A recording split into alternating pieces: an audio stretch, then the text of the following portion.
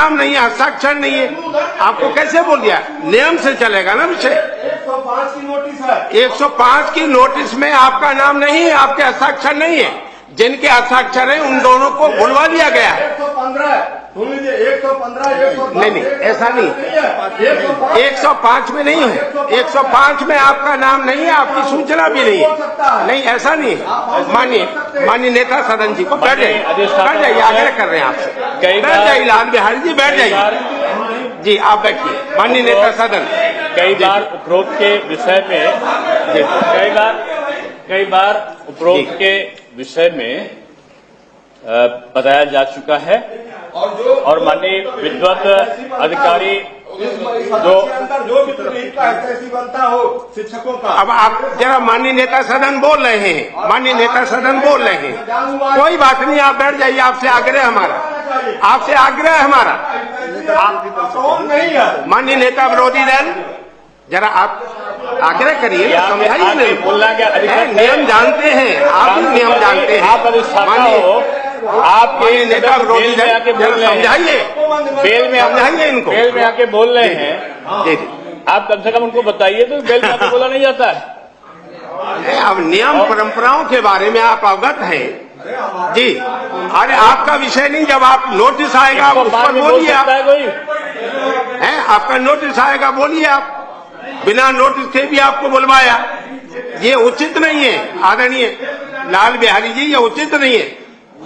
देखिए, ये अनुशासन है। मैं तो कहूँगा पत्रकार मित्र ये देख लें कि नेता प्रतिपक्ष कह रहे हैं और उनकी बात की अवज्ञा कर रहे हैं आप, और नियम से नहीं होना बात कर रहे हैं। आप आग्रह करिए। ये तो अनुशासन की पराकाष्ठा है जी। अरे माननीय नेता विरोधी दल आपसे आग्रह कर रहे हैं, आपके दल के नेता आग्रह कर रहे हैं आपसे। आपको ये नहीं मानते नेता प्रतिपक्ष ना, ये आपको नहीं मानते, हम लोग मानते हैं आपका।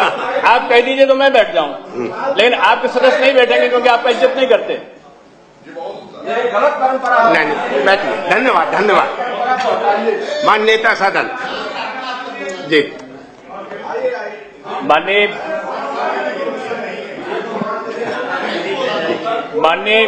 सुरेश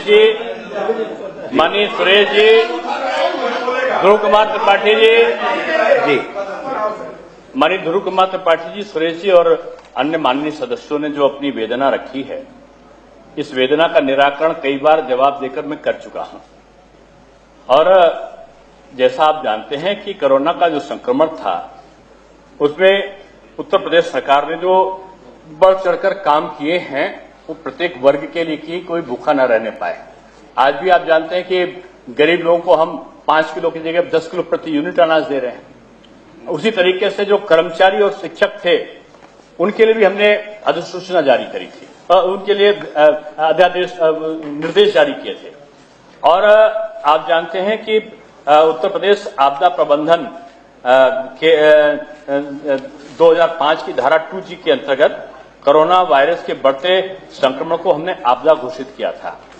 और इसके दृष्टिगत आपदा घोषित करने के बाद हमने कोरोना वायरस के संक्रमण से बचाव के दृष्टिगत वित्त विहीन विद्यालयों के प्रबंधकों द्वारा शिक्षकों एवं अनेक कार्मिकों को समय से वेतन पारिश्रमिक का भुगतान सुनिश्चित किए जाने के आदेश हमने पत्र संख्या 318/PS 2020 दिनांक 30/3/2020 को निर्गत भी कर दिए थे। जैसा आप कह रहे हैं, हमने तो पहले निर्गत कर दिया और प्रदेश के नहीं कह रहे हैं आप, उनको वेतन नहीं तो उनको कर दिया था, इनको कंपलसरी मिले, इनको मानदेय मिले इसका। और इसी तरीके से मुख्य सचिव जी ने भी जो कर्मचारी हैं, कार्यरत शिक्षण शिक्षेत्र कर्मचारी हैं, उनको पारिश्रमिक वेतन भुगतान करने का एक शासनादेश के द्वारा आदेश अलग से भी निर्गत कर दिया था।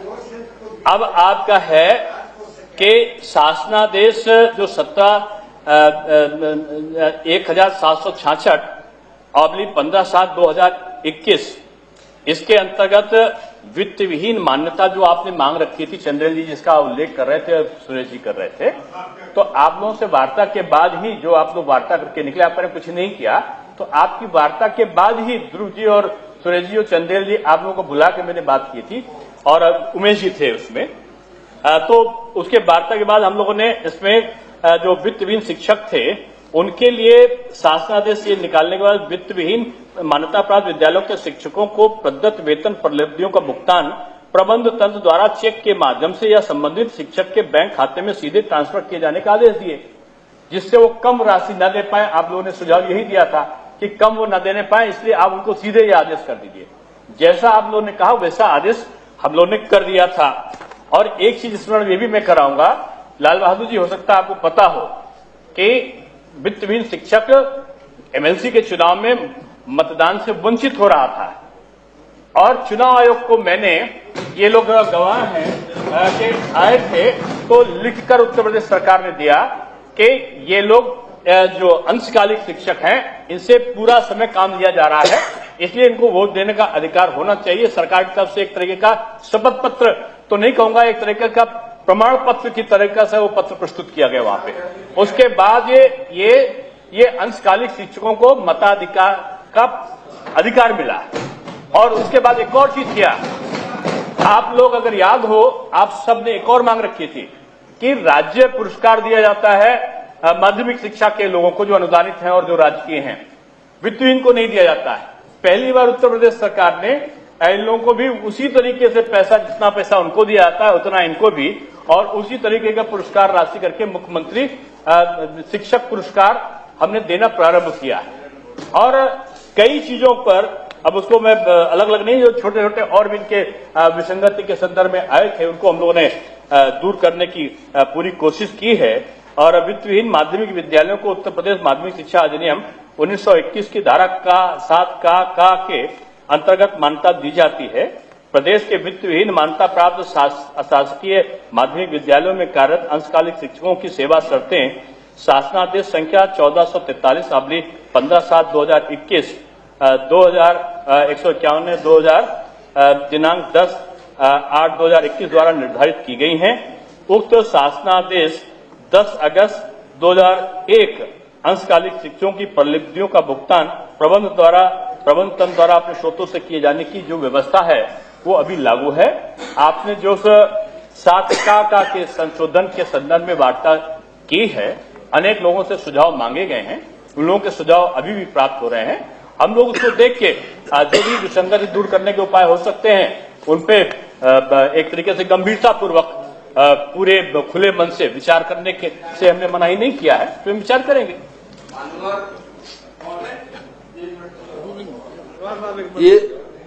ये मान्यता की जो धारा जिसका जिक्र आपने किया, 7 क पोस्ट में क में मान्यता दी जाती है, इसको 2004 में जब मैं संगठन वित्तहीन शिक्षक संघ का बनाया तब से लगातार ये संघर्ष कर रहा हूं कि ये मान्यता की धारा है ही नहीं। सारी मान्यताएं 86 से आज तक जितनी 21,000 मान्यताएं जारी हैं सब असंगत धारा 7 क में जारी है। नवीन हाई स्कूल इंटरमीडिएट की मान्यता की धारा 7(4) है। एक मिनट जरा सुन ले सर, हमारी बात को सुन ले।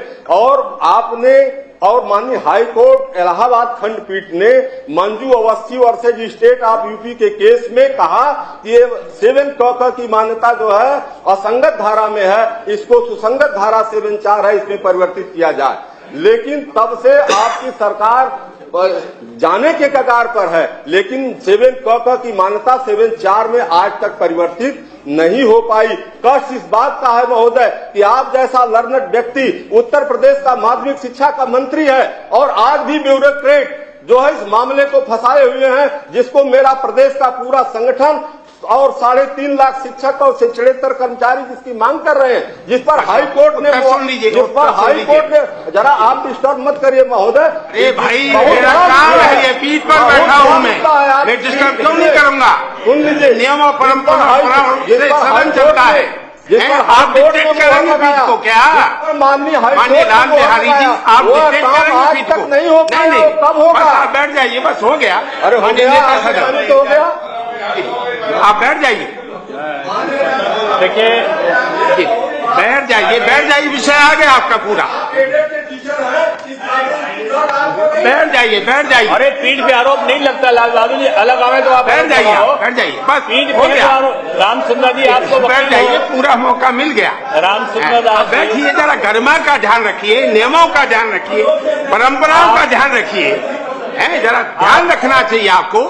अरे आप गर्मा का ध्यान नहीं रखेंगे, कौन रखेंगे? ये तो माननीय लाल बिहारी जी